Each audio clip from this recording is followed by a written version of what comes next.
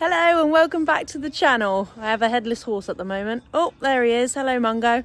It's a great day to put one hoof in front of the other, isn't it, Mungie? Today, my vlog is about a day in the life of country living with me. So, join me as I get up to just a Saturday in my country living lifestyle, which is mainly animals and dog walks. Let's go. So I started the day, I had some clothes that I needed to take to the charity bin. I had some clothes and shoes, so I thought I'd quickly drop them off because otherwise they will just sit in my car for ages and I'll forget to do it. Now, I had previously already been up to the horses and fed them this morning. I didn't record that part because I'm not a morning person, and the thought of trying to film myself half asleep and feeding Aggie horses was not a vibe. But as you can see, this is a vibe. So let's enjoy this.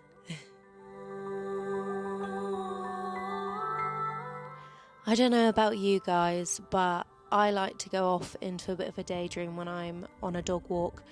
I feel that my personality of a fairy tale is I like to pretend I'm a mixture of something out of a Jane Austen book and also a witch. Down in the woods, these little flowers were popping out to give hope of spring soon to come. I did have to Google what these flowers were because originally I thought they were purple snowdrops because I thought that was like the main flower out at the moment. That's my little rescue dog Angel.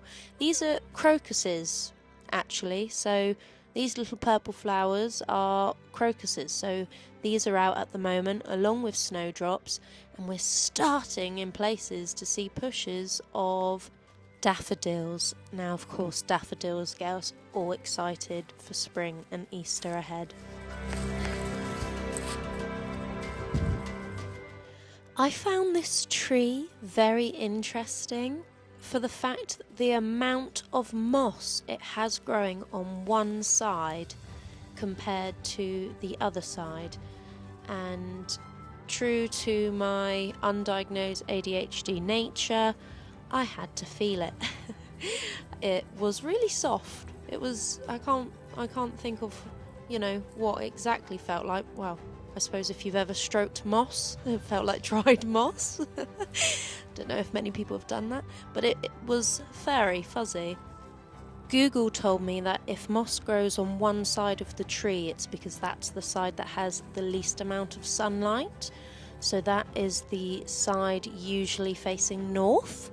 So because moss grows where there's least sunlight and where it's darker and damper. So that is what Google told me. Even though that tree looked like it was facing the sunshine, but hey ho, what Google says must be true. This gate would not shut. It was quite annoying. It did not make it look cool. I love this little old farm road track. There's something about it. It's the stones laid down. I don't actually know without trying to do some serious research, but I feel that these stones have been here for a long, long time. And when I walk along it, I just start picturing a horse and cart and the wheels going over the cobbles and the sound of the horse's hooves.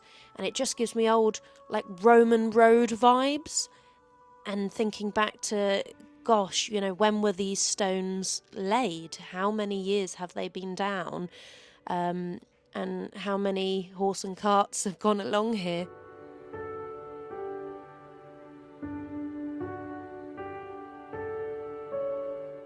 My mother got me these purple jodhpurs for Christmas. They are very warm, but they do take me back to my childhood. However, she did forget that I don't actually like the colour purple. True to our country life, we often come across horse riders on our walks, which is lovely because it just gives such a country vibe feeling.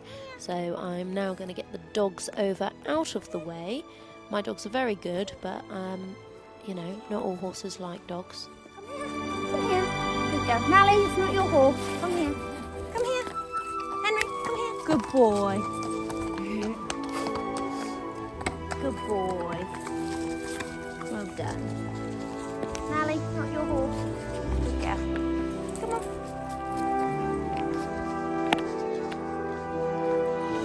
Step into Creepyville for a moment. This old hut, house, shed, I'm not sure, in the woods with the windows broken. God knows how many years it's been there.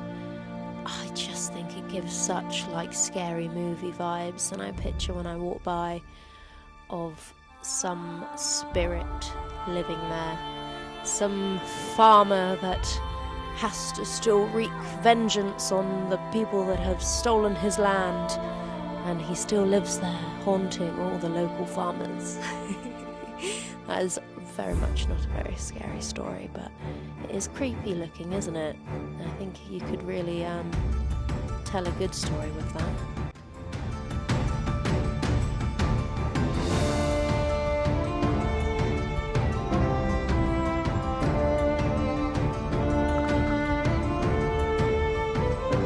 When I do my dog walks, I definitely think that I'm some sort of heroine in a book and living out my wandering free spirit across the moors and fields and singing, I wish, in tune, but probably out of it.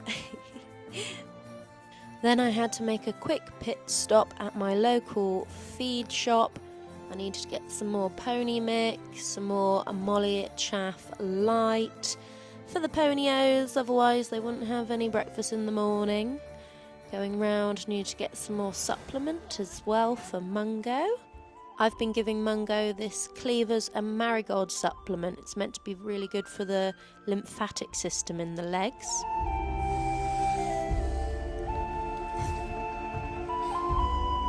Are you waiting for us to get out, Henry? This nice little collection of feed and bedding took me back about £71. So, and there's a supplement, there we are. That has been working really well to stop any swelling in Mungo's legs and helping with the itchiness as well from the swellings, as he is a cob. Super cool find today. In my field, I was just walking across the field, and I thought, what is that? Picked it up, and it's a little deer antler. Really cool.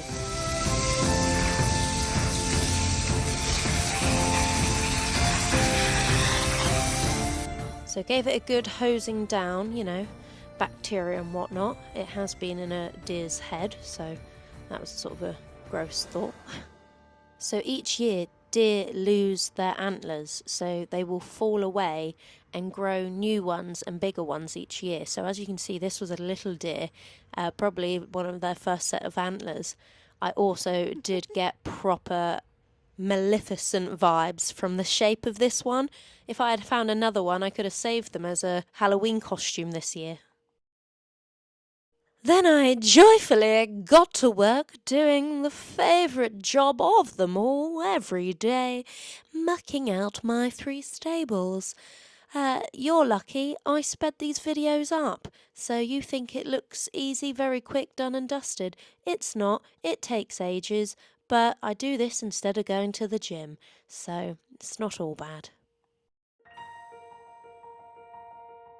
Monty has a habit of doing most of his poo in this one back corner, so it's not so bad because you just have to focus on that one corner really to get it clear, so that's quite tidy and polite of him.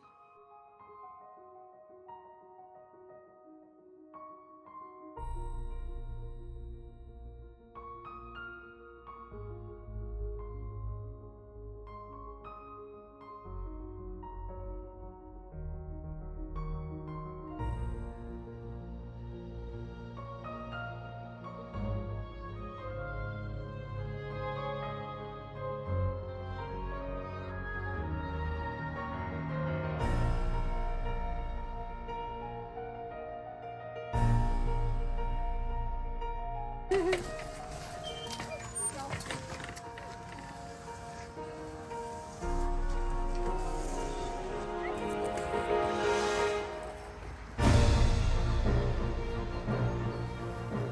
beauty of these big wheelbarrows is this is 3 stables worth of mucking out. However, the not so beauty of them, it's 3 stables worth of trying to tip out of 1 wheelbarrow. Yes, I'm freakishly strong from having to do this.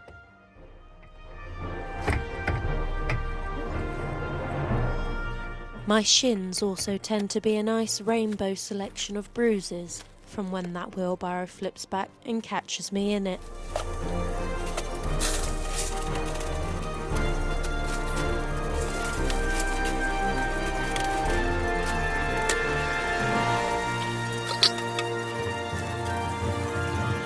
Ignore the fact that that hat is too big for me and I look like something out of Kevin and Perry. If you're not born in the 90s, you probably don't know what Kevin and Perry is. Google it, kids. You'll then laugh. I feed my horses supplements separately. So my horses have turmeric. Mungo has this, which is the Cleavers and Marigold, which I mentioned earlier. Only Mungo has that. And they also have garlic powder, which you will see me pour in a moment as a dust bath goes everywhere, but it's not dust, it is just garlic powder. So that will keep the vampires away.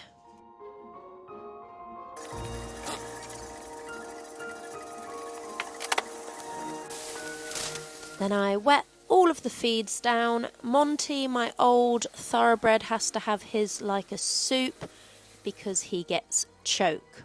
It is what it is called, choke. And it is not pleasant when you see a horse get that.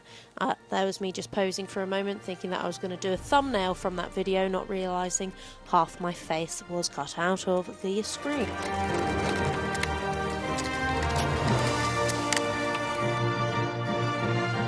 So I've already been and given Flynn and Katie their feeds off camera because they were in the dark.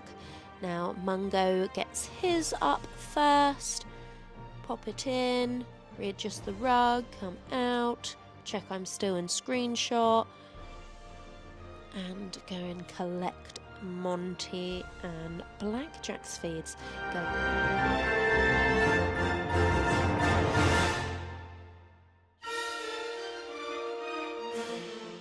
Then I told Monty, nobody puts baby in a corner.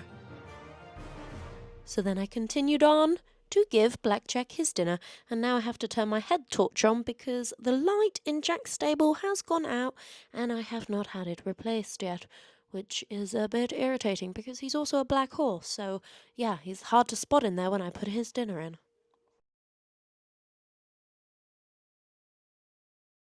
Now, if you are not voguing down your yard, what are you even doing down your yard?